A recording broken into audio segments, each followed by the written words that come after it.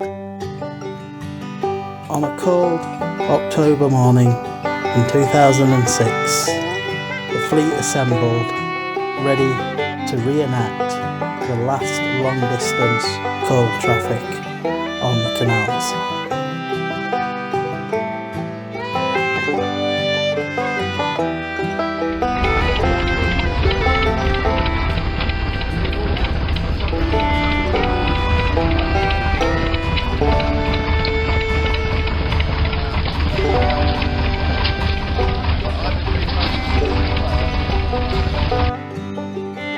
Coal from the Warwickshire coal fields was brought down to London, to Southall, to the Kelly and Tongues jam factory. Mitre Dock was accessed via a small bridge. The boaters called this the Jammo.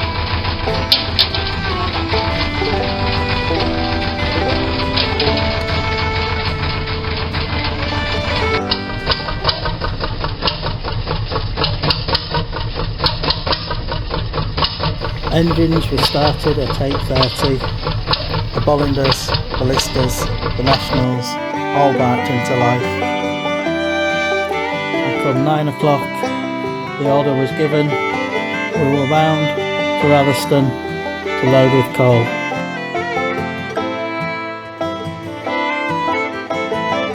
And thus started this epic journey.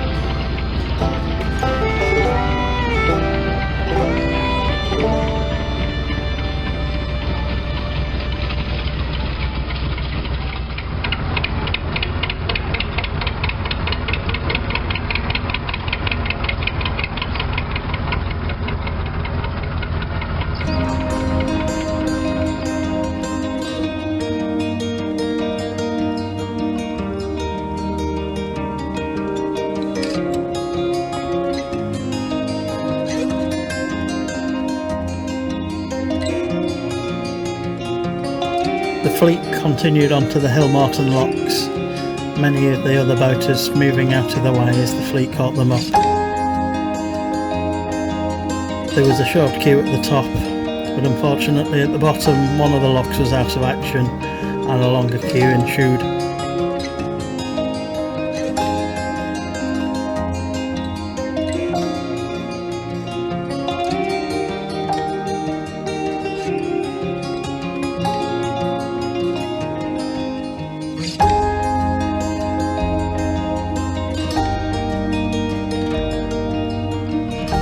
Continued along the Pound, passing the outskirts of Coventry and eventually reaching the junction at Hawkesbury.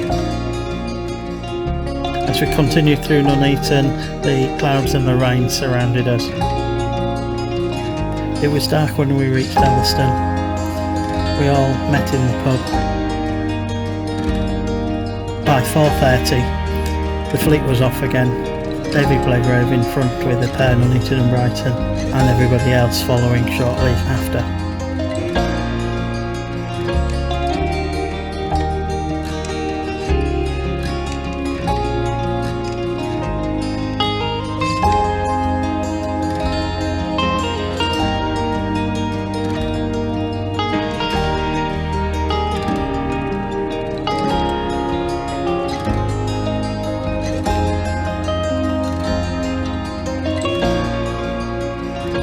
We arrived Stow Hill late, and then the next morning we were off at 5 AM along the Long Pound, but the Lily had some problems and slowed down. I went astern and noticed that I'd picked up something on the prop. It wasn't until I looked down and I saw my stern rod disappear steadily into the water did I realise what it was.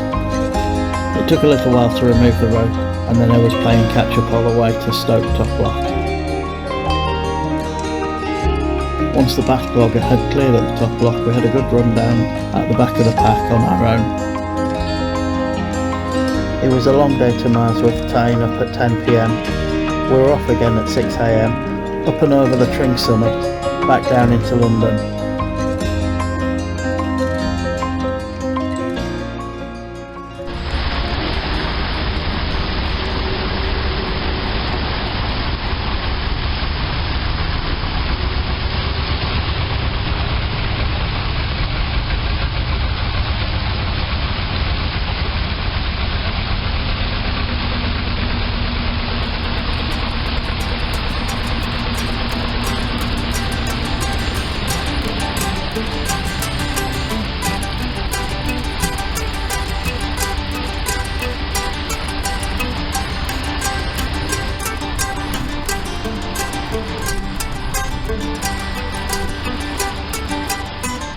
The run into Rickmansworth was long and hard.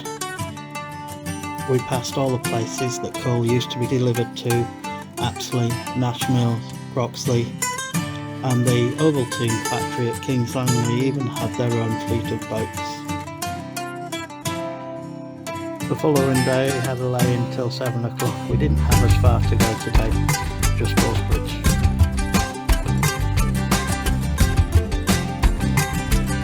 We found some real live commercial traffic travelling through Uxbridge. This was gravel from Denham to Hayes to be made into concrete.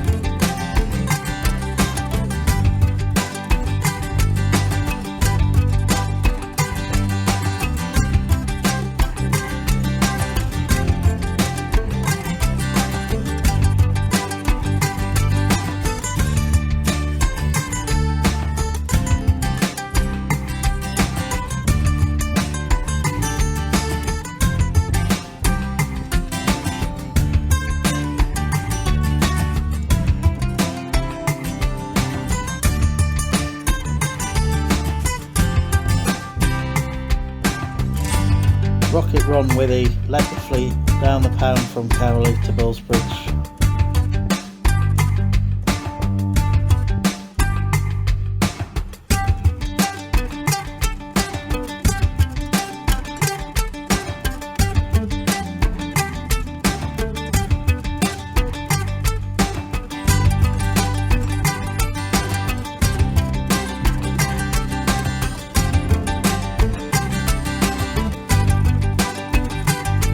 The convoy stopped at Ballsbridge to gather some supplies. Drew and Clover, who joined us at Alliston, eventually caught us up after having to stop at Braunston for a meeting we had on Monday. He nursed the sickly Bollinger all the way. Just as he arrived, the Bollinger went bonk as he tried to put it astern, and so with a despondent groan, he jumped down, grabbed the back end rail line and strapped it alongside Corona.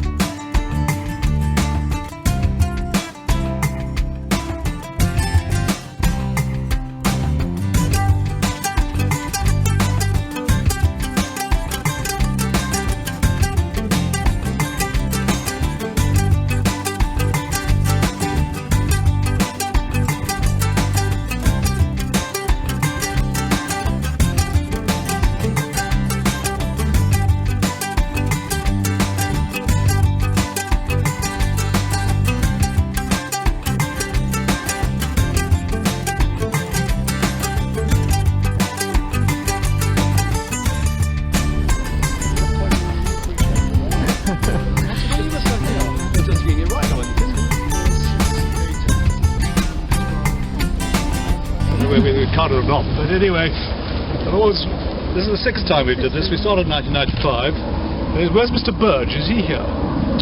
Here he is. He was a little boy of 15 on the first I was 15. Only 15. And here he is, 11 years later. Still a little boy. We're playing with bigger toys. Same one, isn't it? Honestly. The Jaguar you first came with. That was greyhounds. Haven't kicked them. It was greyhound. This is Clover. It wasn't the same one. And Ron's been on every single one. Jack. I think it's about the only one who has been on every single one. No, I've done them all apart from I had a broken leg on one. So I only did Braunston on the second one. I was on crutches. And I've done most of them. And it's been it's wonderful how this thing just sort of runs itself. Everyone turns up and we all get along all right. And to date, other than the loss of a lock handle on this trip, there were no incidents at all that are worthy of comment. I've had a few.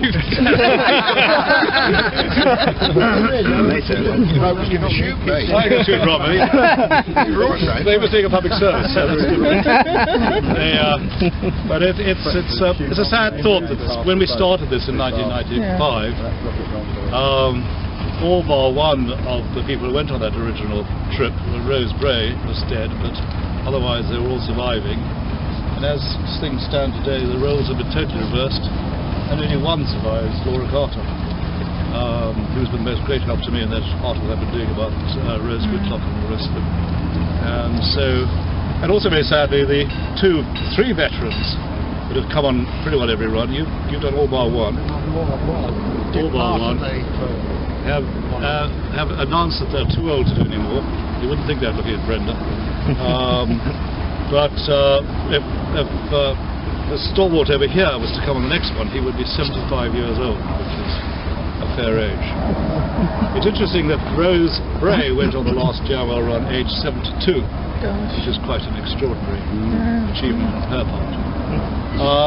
Anyway, that's it ready for the formal ceremonies, except that there's been two traditions we've had since the first one. One was we've always put a rose in the hedge here. The hedge has not been very good this time, in memory of all the boatmen of old, not only those who did the Jamal run, because we have an enormous debt to the boatmen of old, and I don't think people really realise that. I went to the World Canal Conference in America, and there they've got they originally had a lot more mileage of canals than we ever had in this country, and now they've got maybe 40 miles left which are in water. Tim, excuse me, can you just hold it a minute?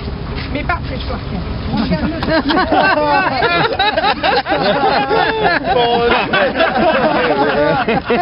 A rose. Rose Blackgrove. Third page. Page 3 pin-up. Got some big advertisers or something. That's it, just... Right, we can carry on there. So continue. Where was we? Start again. Anyway, I was saying about America. The reason that the Americans have lost all their canals, and they're very active canal societies like the equivalent to the Cotswold and all these other ones who are struggling to open little stretches of canal. The reason that we were so successful here in keeping our canals open were two things. One was that we started using engines on our canal boats in the 1920s. And the American canals were horse-drawn right up to 1924 when they all collapsed. They never managed to make the change to bollanders, which we have a... 1911. But the other thing was that the boatmen were determined to carry on with their way of life for as long as possible against the most incredible odds. We've just tasted the working days of their lives coming down here. This is a very mild October. Just imagine doing this in February. And just to preserve their ways of life, and they kept the canals open until 1970, by which time there were enough people coming forward on the outside to keep them open and keep them going. And we do have the most wonderful network of canals in this country. For all its troubles and all its problems, I think BW do a bloody good job in terms of keeping these canals open. And also they're bloody good sports too. I mean, they were quite happy not only to help us through on this by giving us keys, keeping things open and all the rest of it. We find a locksmith on the way home. We've got some keys for you. I want a copy of one of them. You want a copy? Yes. Don't we all? Yes. They have open Dave. But also, what was actually, one of the incidents that we've all got little stories to take away from this was the extraordinary coincidence that the BW new lengthsman for this stretch around Dakar I spoke to him on the telephone, and by chance at Chapel Lock, what was it, Chapel? What do you call it? Church Lock. At Church Lock, I went ahead on my bike to open the lock, as I've been wonderful way I do. There I by chance met this young man, and he said to me, "I know you, I recognise your voice." I thought, "Oh God." And he said, "We spoke on the phone today." He was the BW area manager, and he's not only passionate about canals, he lives on an aeroboat, left it just above that lock. We've discovered all this sort of thing. And there I was, that day he'd made arrangements for me to collect the keys, and we were able to come through, and there he is, enthusiastic about the canals as ever. So I think, for all the knocking copy for BW get, I think that they do a bloody good job, and I think they're very wonderful to us.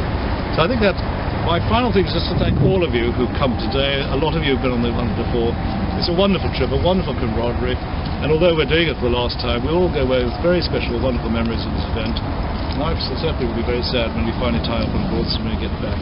Now, it remains for me to do two things. For Brenda to find a piece of hedge that she wants to use. What do you use up there? No, I see.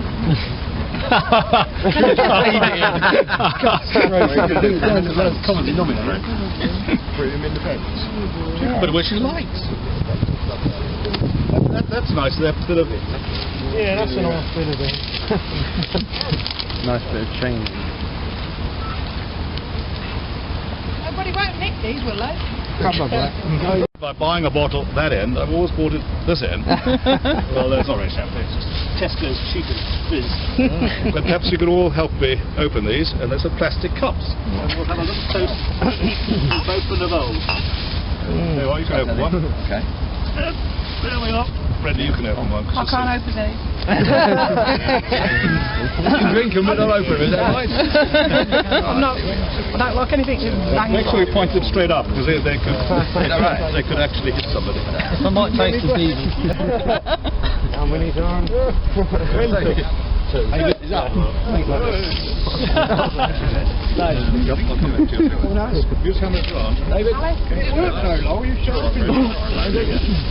Yeah, I didn't bother going to the place.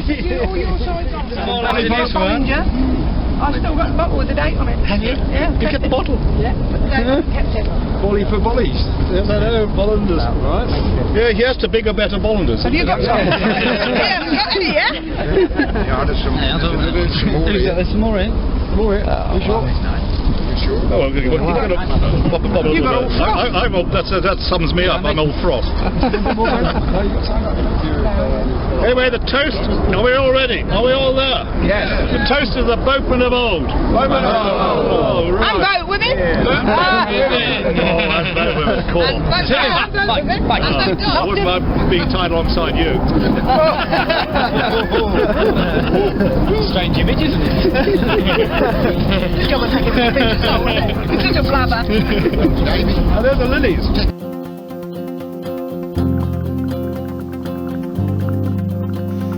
242 miles, 188 locks. Every week, week in, week out, all year, every year. Until 1970, when the crane operator said, "What are you going to do now this job is finished?"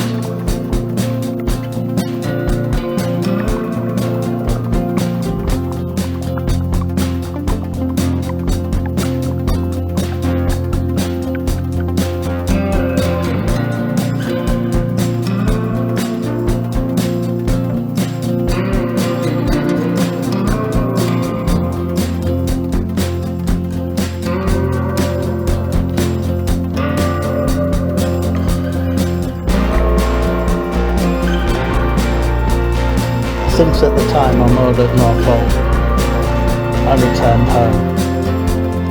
I only had 2 miles to travel. The jam haulers had to travel all the way back to Braunston to complete the circuit. This would be done over the next 3 days.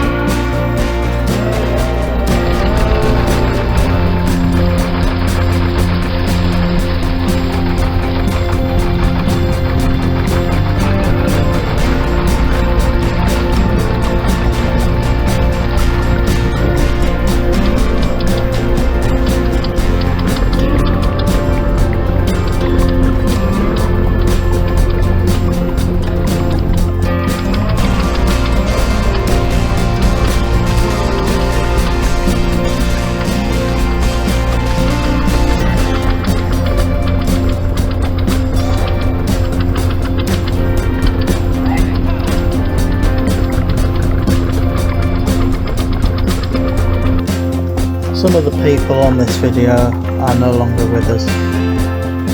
We remember them and the work that they put in to try and keep this way of life alive and to try and pass it on to others.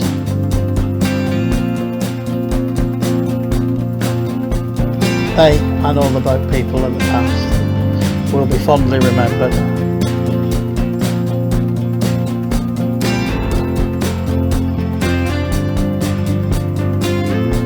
carrying on canals is not dead. It still happens. There are many fuel boats delivering tons of coal, diesel, gas.